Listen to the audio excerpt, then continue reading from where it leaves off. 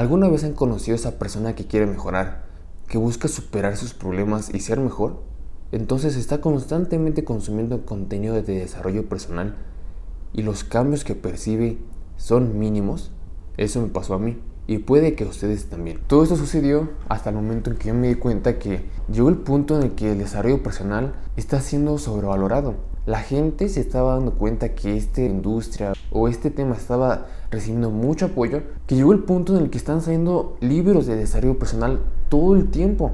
Literalmente ustedes pueden entrar y ver la cantidad de libros que están saliendo por segundo, por día, y son realmente demasiados. ¿Por qué están saliendo tantos? O sea, realmente yo creo que está comenzando a ver hasta cierto punto un abuso. Para comenzar con esto, les quiero dar primero que nada, antes del contenido, el contexto, porque al final de cuentas, sin el contexto, el contenido no tiene sentido. Yo soy una persona que constantemente estuvo consumiendo una gran cantidad de libros, de audiolibros, de videos, todo ese tipo de contenido sobre desarrollo personal. Pero ¿qué pasa? O sea, tú comienzas a consumir, pasa el tiempo y sí, ves cambios, pero al final del día, ¿qué tan grandes son? ¿Realmente van acorde al tiempo invertido? ¿Realmente vale la pena todo lo que has invertido para que obtengas determinados resultados? Yo comencé a ver que tal vez, al menos en mi caso, no veía un cambio. Veía cambios y eran buenos, y eran muy buenos, la verdad, pero sentía que eran cambios que no estaban fundamentados o que no tenían unas bases, cambios que en cualquier momento podrían caerse. Entonces comencé a investigar y yo mismo comencé a pensar cuál es el problema con este tipo de contenido de desarrollo personal.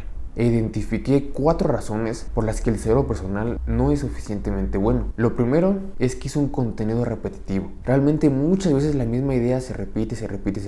Y no es algo que necesariamente sea mal. Al final de cuentas, si tú ves una idea que se repite en varios libros una y otra vez, lo único que te está diciendo es que es una idea muy importante. Pero el problema aquí es que cuando tú entras en la industria, pues es la misma idea una y otra vez. Realmente el cambio en cada libro no es tan bueno como nos gustaría. Y yo creo que eso se relaciona mucho con que lo malo de la industria es de que no tiene un contenido que tenga una continuidad. No es como tal como podemos decir que es un curso o algo así. Aunque hay unos que sí. Por ejemplo en Platzi, que es una plataforma que a mí me gusta y que pues, claramente no me está promocionando.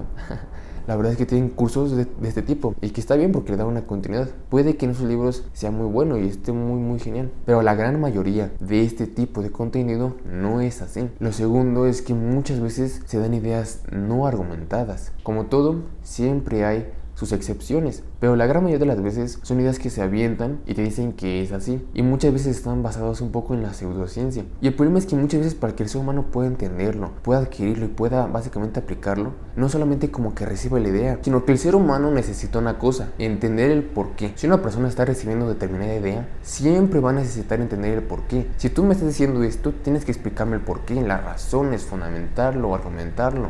Sin esto, al final de cuentas, esa idea o se evapora, se elimina, o simplemente no hace un impacto como podría si tuviera la razón fundamentada.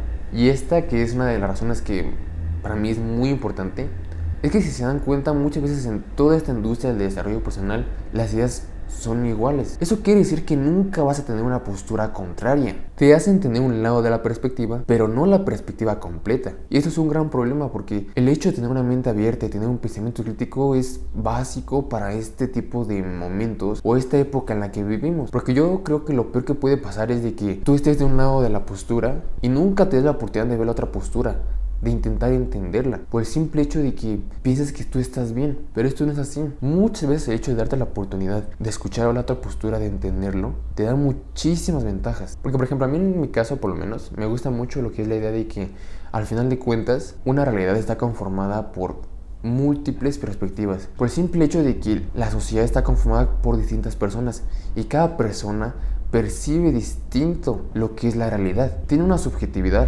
al momento de que está recibiendo las ideas de la realidad.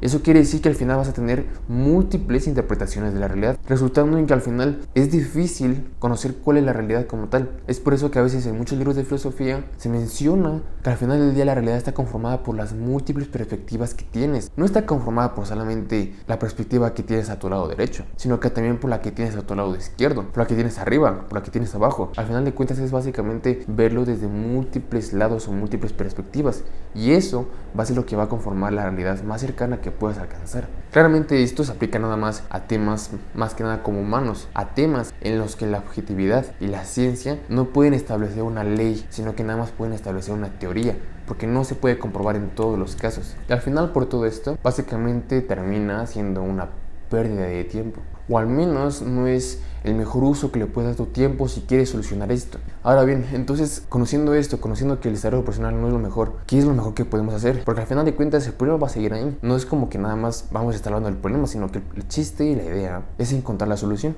Para la solución tenemos dos formas. La primera y la más sencilla es ir directamente al psicólogo. Yo os voy a ser muy sincero con esto. Yo nunca he ido. No puedo decirles que tengo una experiencia, pero lo que he estado investigando, lo que he estado leyendo, lo que he básicamente aprendido, es que el psicólogo realmente es algo que tenemos que convertir en algo cotidiano. Así como cuando tú te sientes mal de algún aspecto físico de tu cuerpo y vas al doctor, lo mismo tiene que pasar cuando te sientas mal de algún aspecto mental. En lugar de ir al doctor, vas a ir al psicólogo. Tienes que normalizarlo, porque el problema es de que si un día una persona le dice a otra persona, fui al doctor, se lo va a tomar normal, está normalizado. Pero si el día de mañana esa misma persona le dice que en lugar de ir al doctor, fui al psicólogo, la otra persona, queramos o no, tiene muchos prejuicios y es algo que no tiene sentido. Realmente debería ser algo rutinario o algo más normal, porque al final de cuentas esto es algo muy interesante. Hace muchos años el problema que tenía la sociedad era más que nada problemas como alimentación, hogar, todo ese tipo de problemas que conformaban básicamente el escalón más pequeño de la pirámide de Maslow. Esos eran los problemas que no estaban solucionados.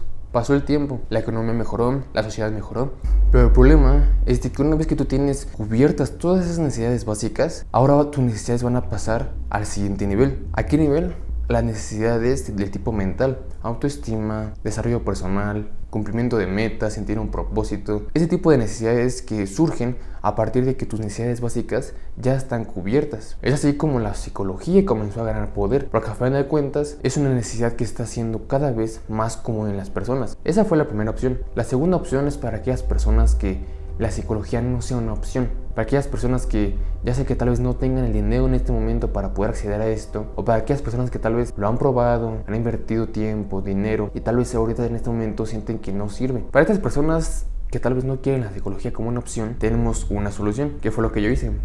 La verdad es que en ese momento en el que yo estaba necesitando ese tipo de cosas, no pude acceder como tal a un psicólogo o ese tipo de cosas, sino que simplemente solucionar por mi cuenta. Para esto primero tenemos que entender que, curiosamente, cuando te pones a investigar y pones a realmente checar cuáles son las bases o como tal donde podemos decir que está el origen de todo esto del desarrollo personal, realmente el desarrollo personal toma muchas ideas de lo que es la psicología y la filosofía, que son corrientes, ciencias o posturas que podemos decir que básicamente nos explican el comportamiento humano y nos explican todas las posturas que hay conforme al humano. O sea, realmente ellos te explican todo, porque literalmente son ciencias humanas. Se dedican a estudiar el comportamiento humano, la mente humana, para poder ayudarlo y que se sienta mejor. Y a mí lo que más me gusta de ellos es de que, a diferencia de la desarrollo personal, ellos te dan todas las posturas o todas las explicaciones que hay conforme a un tema. Por ejemplo, hablando del tema sobre cómo funciona la mente humana, la psicología o la filosofía te dan todas las posturas, todas las teorías que surgen alrededor de esto. Básicamente eso es algo muy útil, porque al final de cuentas te dicen que no solamente hay una postura o una explicación, sino que también hay otra y que también es igual de válida. Y dos habilidades que las mencionamos antes y que son realmente muy importantes, no solamente en ese tipo de cosas, sino en cualquier cosa, es el desarrollo del pensamiento crítico y el desarrollo de una mente abierta. Probablemente estos hayan sido temas que han visto en sus escuelas o alguna vez han escuchado de ellos, y probablemente a veces los escuchamos y pensamos que sí, yo tengo un pensamiento crítico, claramente lo tengo, o sí, claramente yo tengo una mente abierta, es algo que obviamente lo tengo, ¿no? Pero muchas veces no es así. Muchas veces pensamos que tenemos algo cuando realmente no lo es así. Estas dos habilidades te permiten simplemente ser una persona que va a tener más fácil simplemente tener un aspecto o entender básicamente la realidad como es. Si no tienes estas dos cosas, o te engañan, o solamente eres una persona que se aferra a una idea que realmente ya está muriendo. Ideas que probablemente ya ni siquiera se aplican al día de hoy, a este nuevo siglo. Y las personas siguen aplicando ideas de básicamente siglos pasados. Así que los invito a básicamente desarrollar estas dos habilidades. Y también, si quieren conocer más sobre este tipo de cosas que estamos viendo el día de hoy, los invito a checar este video sobre las teorías de la motivación. Precisamente un aspecto psicológico relacionado con lo que vimos el día de hoy. Cualquier duda que tengan o cualquier recomendación o feedback, yo los estaré leyendo y muchas gracias.